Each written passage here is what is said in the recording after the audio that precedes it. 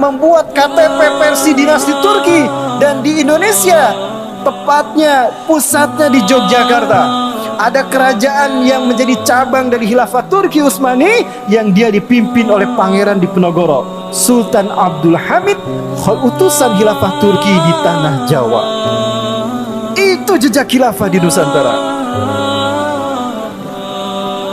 Dan Turki Utsmani yang kedua, mereka membuat Quran terjemahan bahasa Melayu, dan itu di covernya ada tulisan dicetak oleh Khilafah Turki Utsmani, Raja umat Islam dunia. Hari ini masih ada di Yogyakarta. Kalau tidak salah masih ada Quran. Itu jejak khilafah di Nusantara.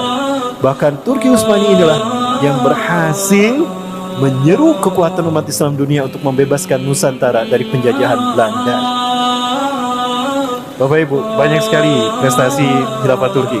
Salah satunya, Khilafah Turki mendapatkan surat resmi dari Presiden pertama Amerika Serikat. Siapa? George Washington.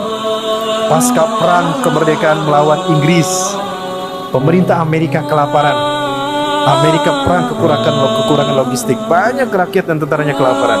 Sultan Turki saat itu mengirimkan bantuan kepada Amerika. Bahkan uang pribadi Sultan dikeluarkan 10 juta pound sterling. Ratu Elizabeth tersinggung. Jangan gitu dong, kami juga punya uang, jangan mentang-mentang kaya. Akhirnya diturunkannya 10.000 pound sterling. Takut menyinggung Raja Turki.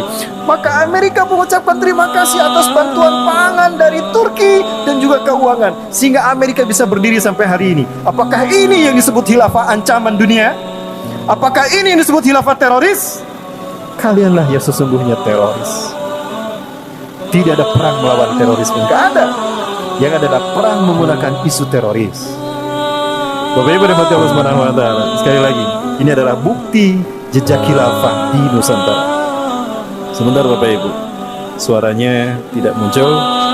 Biar suaranya muncul, saya munculkan kembali. Mohon maaf, ini tayangan materi kita belum selesai. Nanti materi kita berlanjut Bapak Ibu ya. Nyambung materi kita dengan materi pada maghrib dengan besok subuh insya Allah. Karena pembahasannya nanti sampai turunnya Nabi Isa AS, perang akhir zaman. Perang terakhir adalah turunnya Nabi Isa menghadapi bersama Imam Mahdi dan 3 pasukan terbaik Ahlus Syam, Ashabul Ratisud dan Taifah Mansurah menghadapi pasukan Iblis dan Dajjal. Bertemunya di mana? Nanti di masjid yang berikutnya. Nantikan bersama saya Bapak Ibu ya. Baik Bapak Ibu dirahmati Allah, ini tayangan terakhir barangkali atau masih lanjut sampai 1:30. Pasca konferensi Zionis pertama di Basel, Swiss, pemimpin Zionisme dunia saat itu dan pencetus Zionisme dunia adalah Theodor Herzl. Dia mengirimkan utusan, bahkan datang kemudian ke Khalifah Sultan Abdul Hamid, Raja Turki, pemimpin umat Islam dunia. Anda penguasa dunia, 2/3 dunia ada dalam kekuasaan Anda, wahai bangsa Turki, wahai Sultan Abdul Hamid. Sementara Anda tahu kami bangsa Yahudi sporadis, kami tidak punya tanah air, kami tidak punya negara. Tolong beri kami sepetak saja tanah untuk kami jadikan negara kami, sehingga kami bisa hidup sejahtera. Andai kan tidak minta Palestina, pasti dikasihkan. Maka Sultan Abdul Hamid bertanya, ayu biladin au makanin turid, tempat mana yang kalian inginkan? Ternyata Theodor Herzl meminta Palestina, Bapak Ibu. Pinter mereka, karena menguasai Palestina artinya menguasai dunia. Seorang profesor pengamat geografi dari dunia mengatakan bahwa dalam teori the heart of the world, ya jantung dunia itu Palestina, karena dia menghubungkan 3 benua, benua Afrika, Mesir dan Afrika, menghubungkan benua Eropa dan Balkan serta Asia. Artinya siapa yang menguasai Palestina, dia menguasai dunia. Maka itu jawaban dari Sultan Abdul Hamid. Ya, demi Allah, Palestina bukan milik mereka, bukan milik umat Islam Palestina, tapi milik umat Islam dunia. Sejengkal pun tidak akan kami pernah berikan kepada siapapun, termasuk pada bangsa Anda, wahai Theodor Herzl, wahai Herzl. Dan kami akan mempertahankannya walau harus dengan kekuasaan kami, dan aku harus mengorbankan nyawa kami. Kami akan mempertahankannya. Nah, maka Theodor Herzl marah dia, dibuatlah strategi yang kemudian Strategi inilah yang dulu dicetuskan oleh Sir Mary Rothschild ketika pasca revolusi Prancis merasa gagal Yahudi menguasai Prancis, maka dipersatukan 12 petinggi dinasti Yahudi di Frankfurt, Bavaria, Jerman sekarang. Dibacakan 24 langkah-langkah menguasai dunia oleh Theodor Herzl, pencetus Zionisme tadi, disebut protokol Zionis.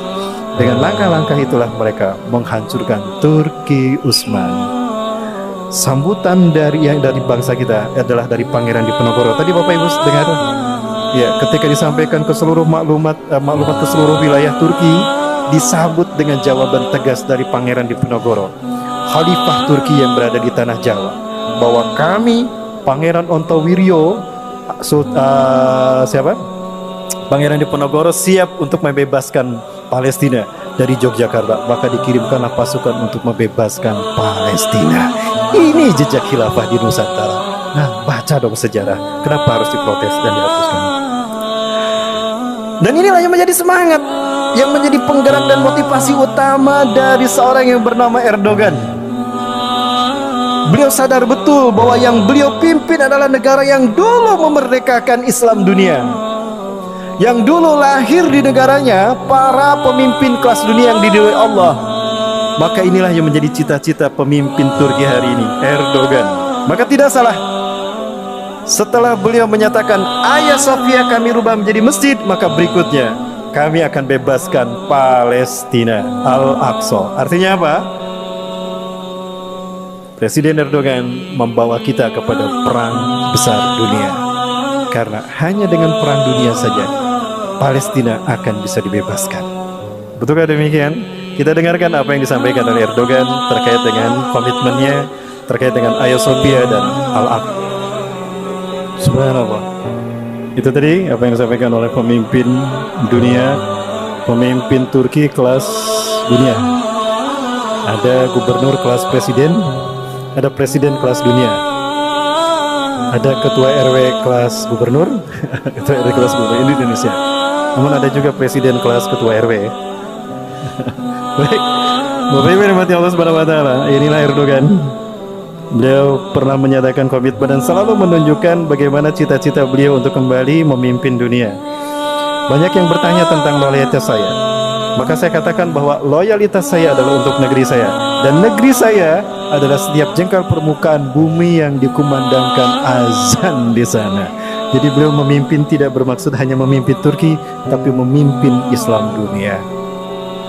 Bapak Ibu rahmati Allah, ada satu penjelasan dari Muhammad Qasim. Pernah mendengar Muhammad Qasim? Seseorang yang diklaim mimpi berkali-kali bertemu dengan Rasulullah SAW sampai 300 kali, bahkan mimpi mendapatkan langsung dari Allah Azza wa Jalla.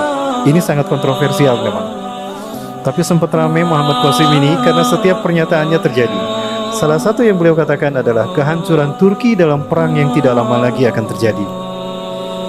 Pernyataan Erdogan memang terlepas dari apa yang dikatakan Muhammad Qasim, pernyataan Erdogan ini akan memicu terjadinya perang dunia. Ada 2 perang dunia besar, dan ini akan diawali oleh Arab Spring Jilid 2. Libanon kemarin, Beirut meledak, itu konspirasi, Bapak. Bukan karena amonium nitrat yang meledak. Tidak mungkin membentuk cendawan sebenarnya. Itu ada rudal yang ditembakkan. Lupakah kita? 3 hari atau beberapa hari sebelum kejadian ledakan, 3 pesawat Amerika pulang pergi Beirut secara mencurigakan. Ya, lupakah kita? Israel di bawah pimpinan Netanyahu sekarang menghadapi gejolak politik. Rakyat Israel meminta Netanyahu turun. Korupsi besar sekali. Maka Netanyahu harus mengalihkan isunya. Maka isunya adalah memerangi Iran dan Libanon. Tidak lama lagi kita akan menghancurkan Libanon. Beberapa hari kemudian meledak Beirut. Dan lupakah kita? Libanon sedang dilanda krisis ekonomi, inflasi yang sangat dahsyat. Nilai mata uang Libanon anjlok 80%, minus 80%. Resesi ekonomi melanda Libanon. Maka Hasan Nasrullah, pemimpin Libanon dari Hizbullah, bukan Hizbullah, Hizbullah, berambisi untuk